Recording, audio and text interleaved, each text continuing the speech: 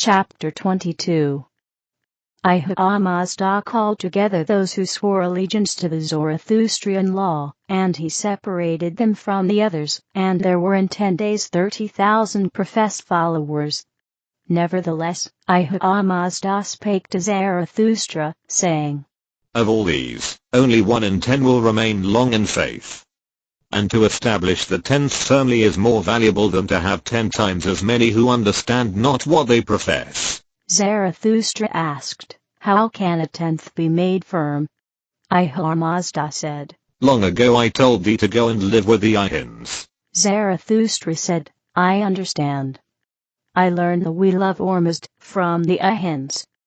Then said Mazda, Make thou a wheel of Ormuzd. Zarathustra made a wheel, and hung it slanting, facing the sun at high noon. Then Mazda, that is, God, explained to the people, saying, This is a symbol of the name of the Creator, Ormuzd, that is, the Great Spirit, the All-Light Master. Put it in the place betwixt the horns of the crescent, for it is sacred, it is the sign of the altar, it is called the altar.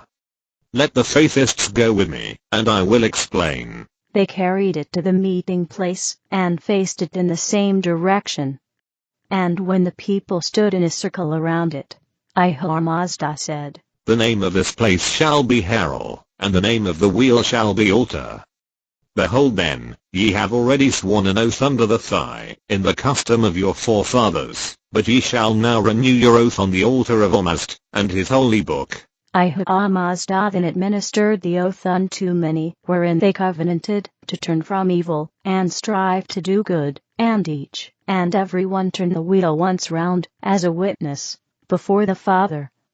When they had all covenanted, Mazda said, Ye shall make many wheels, and carry them along the roadways, and wherever one road crosseth another ye shall fix an altar, and ye shall dedicate the wheel to the Creator. And whoever passeth that way afterward shall halt and remember his Creator, and he shall renew his covenant to turn from evil, and strive to do good, and in testimony before the Father, he shall turn the wheel once round. Thus was established the sacred wheel of Zarathustra amongst the Ion race. Mazda spake to Zarathustra, saying, What is the most potent thing? Zarathustra said, The eye is the most potent. The eye is most to be feared, the most desirable.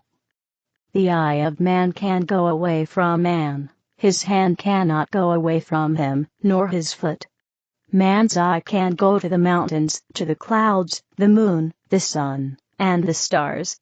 Mazda said, If the eye of man is his most potent instrument, what then? So, Zarathustra made a picture of an eye, and placed it over the altar. Whereupon Mazda made the people covenant anew, but this time to the Mazdian law, the Ormazdian law. Whereupon they said, I know thine eye is upon me night and day, nothing is hidden from thy sight, O Ormuzd. And Mazda commanded them to place a picture of an eye over the altars in all places of worship. Then came the first night of the new moon, and Zarathustra went into the place of worship, and a great multitude also came in.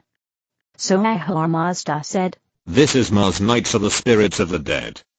That the widow, Hideous, may have joy this night, I will sing, and pray for the spirit of the king. And, afterward, for all spirits who are in darkness. When they sang and prayed, the spirit of the king came in Sarges, and talked to Hideous and to others. And, after that, the spirit of the king prayed, and sang with Mazda. Thus was established the first night of the new moon as Moon's night, that is, Mass, for the spirits of the dead, and it was demonstrated before the living. Mazda taught through Zarathustra for 40 days and nights, teaching the Zarathustrian law, the Ormazdian law. And thousands of people were converted unto righteousness, and these were called disciples of Zarathustra. Zarathustra inquired of Mazda what was the best, most potent thing for the generations of men. Then answered Mazda, saying, The best, most potent thing for the generations of men is to teach the very young child the ever-presence of the all-potent I, which sees into the body of mortals, into the behavior of mortals, and into the soul. Zarathustra inquired concerning very young children. Then Mazda answered, saying, In 3 days and 5 days and 7 days the rite of circumcision for the males, and piercing the ears for the females. And, when they are old enough, they shall be consecrated on the wheel. Zarathustra said, To consecrate, what is that? Then answered Mazda, To profess the All-Highest, the Creator, almost. And from that time forth the young child shall pray to almost every night, before going to sleep, and pray every morning, as soon as awake to almost, renewing its covenant, and acknowledging the presence of the all-potent I. Zarathustra inquired concerning children, who were not thus provided. Mazda answered, saying, Such children may live, or they may die.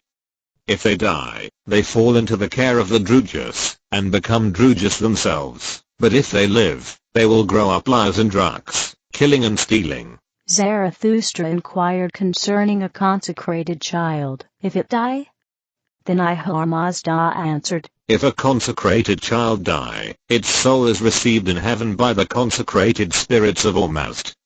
It is then taken to a place of all good, a place of delight. When these things were explained to the disciples, the mothers brought their children before Zarathustra, and Mazda consecrated them on the altar, and they were baptized with water and fire, and given names by the Rabbah.